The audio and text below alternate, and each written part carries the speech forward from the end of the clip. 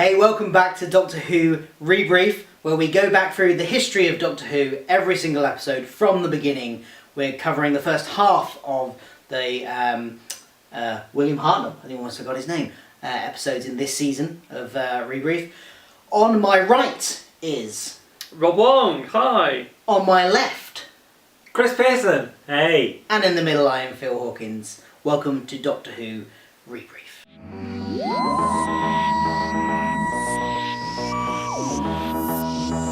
So this serial is called The Keys of Marinus. It follows on from the missing Marco Polo serial, which there's very little of apart from an audio recording and a few stills.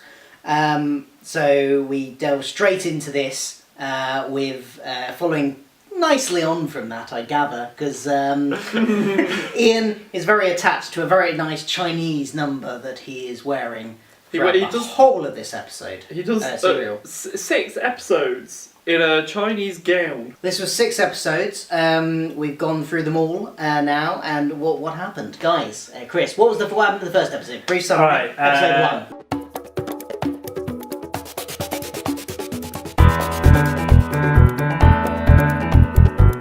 Planet made of glass. The ocean is made of acid. Hey, I built this machine. I'm missing all the keys. You must find the keys for me. So they just go, cool, let's follow Barbara. Rob, what happened in episode 2?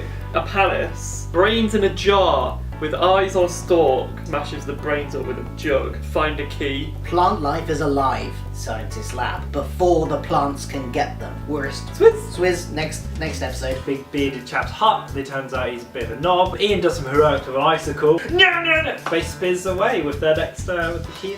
I love watching Ian whack them off. Rob, what happened next? A court system, and the Doctor is their lawyer. The prosecutor who did it. Fortunately, he's dead, but Ian doesn't believe them. Because he's my hero. Causes the machine to explode, therefore saving the hero. That stuff. Bye-bye. Yeah, so that was basically what happened. God, that took a long time. Very simple and straightforward. We meant to cut that. I think we probably just confused all of our viewers. Just get the key points in, it'll be good. Yeah. People are clever. So, highlights. Chris, what was your highlight? My highlight was in the jungle episode. So Barbara gets kidnapped by this kind of totem pole or track wall thing. There's a lot of those in these episodes. And they have this really interesting dilemma of having to work out, like, if she's been kidnapped, she might have just space spizzed ahead. In which case, we could, catch her up. Or do we leave people behind? I think that it was just really interesting, kind of, the dynamic of once we use these things, there's not really a going back. I thought that was really kind of well done and a very interesting way to make tension, and also kind of a sensible way to split apart members of the group. So, and I think that episode and the Ice episode as well were very good self-contained stories. They felt well written and they felt interesting and they felt just the right amount of plot without overwhelming you with who all these kind of new and interesting characters were. Although I did also obviously Ian with a I love Ian, he's a hero. He's a sexy teacher, he's the best. I think my highlight was the concept of the story arc, so the thing that links the 6 episodes together, the idea of this big machine and the big end goal, and these 6 self-contained stories all being linked together. It's not really something that we see in modern Doctor Who as much. Like one big over arc, but then also the mini stories within. I really like that as a concept. I think they should use it again. I think mine was probably my highlight. It was the creepy painting with the weird eyes. Did you get that? It's like painting, normal painting. Suddenly, it develops these bulging eyes that follow them around. This is in the second one when they get taken into that sort of Roman type place. Made me laugh. Basically, that's why it's my highlight. Low lights, Rob. For me, while I enjoyed and was the highlight, was 6 episodes. The low light for me was kind of that, because it went on for so long. I think we're going to have to stop using a low light for now of how slow the pace is. Yeah, no, it's going to be a low light for every episode of these, every serial I think for these. But I think this was probably one of the better ones we've seen so far. Out of the 3, I think this is the best we've seen so far. Compared to the other ones so far, it's actually quite good. I think it's less of a pacing thing. Yeah. And it's more about, if you were watching this weekly as it would have been put out, right, this one storyline would have taken up 6 weeks. Like a month and a half of Who. And if you're not on board with that storyline, that's probably enough to lose you as a viewer. My lowlight was the ending, because they go on this like massive journey, you know, there's like these 5 keys they've got to find, it's really exciting, it's really intense, and then they get there and the chap they were doing it for was actually killed off in the first episode, and so like, I kept waiting for the kind of double twist reveal. Like but I guess that's almost too Because complicated. they could have just destroyed the keys. Yeah, All exactly. they needed to do was even just destroy one key. Yeah. And then that would kind of achieve the same thing. It was just it wasn't as clever as it could have been, because I thought, you know, he was actually going to be in disguise as one of the people and it was going to be a really cool reveal.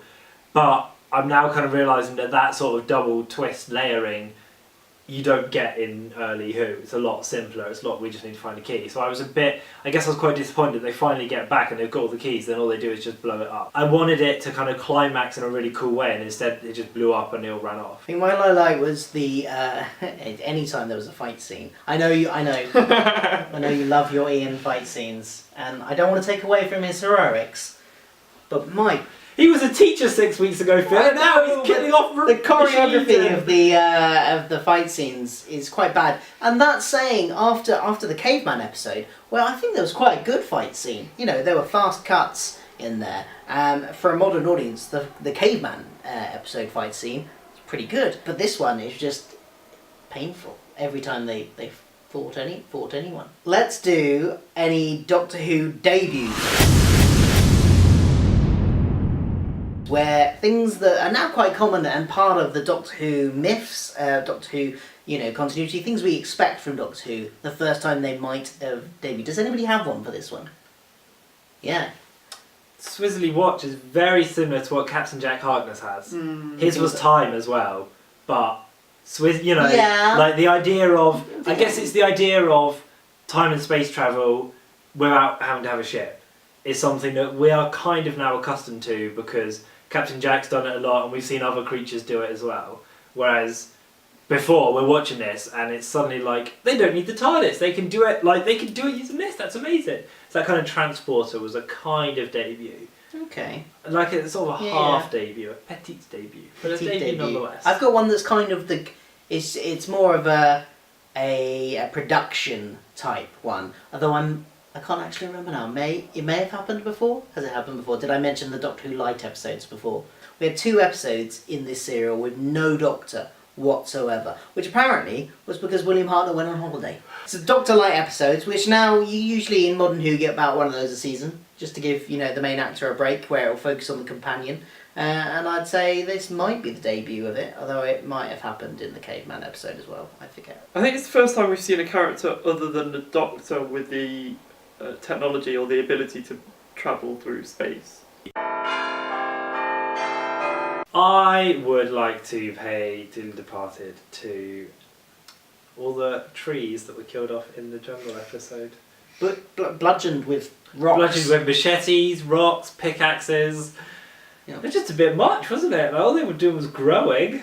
Sorry for growing. Yeah, they were kind of like wrapping themselves around and trying to drag them off as well. Phil, you don't judge one plant by the action of all the plants, okay? That's not on. It has to be our boy with the machine who sent them out initially to get the keys. He just got knifed. Such a sweetheart, we don't even know his name. And he never got to be reunited with his daughter. Or his keys. He loved the keys. Yes. More than his daughter? Yes. You must find the keys for me, is what he said. That's all he wanted.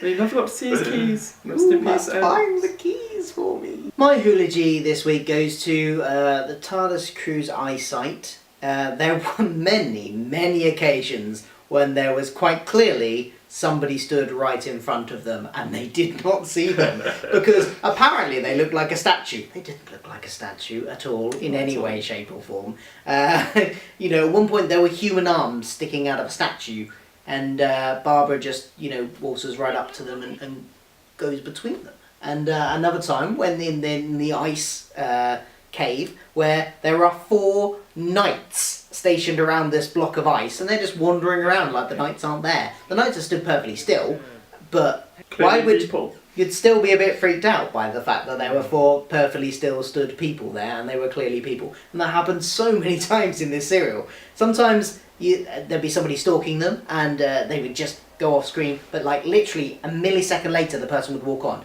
If they were walking in that direction anyway, they would have seen them. None of us wanted to mention the Vorgan who got thrown into the sea at the start.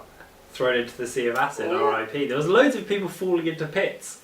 It's clearly quite a good way Or of in the killing case off. of the Ice Knights, just Yeah. jumping freely into the pit. Whee! Fell down a cave hole. Do you have a favourite out of those 6 episodes? Do you have a favourite, Chris? I liked the ice episode a lot, and I liked the jungle episode. Because of Ian. Well, because of Ian, but also because I think they worked really well as standalones. More so than the others. They just kind of existed on their own and showed that you don't have to have the Doctor to make Doctor Who very watchable. So I'm going to go with the Screaming Jungle, Phil. Or was it the Whispering Jungle? I'm going to go for, Phil, the Screaming Jungle. Oh, can I borrow that? Yeah, of course you can. Thank you. I will go for the Snows of Terror. Like we're looking at a menu.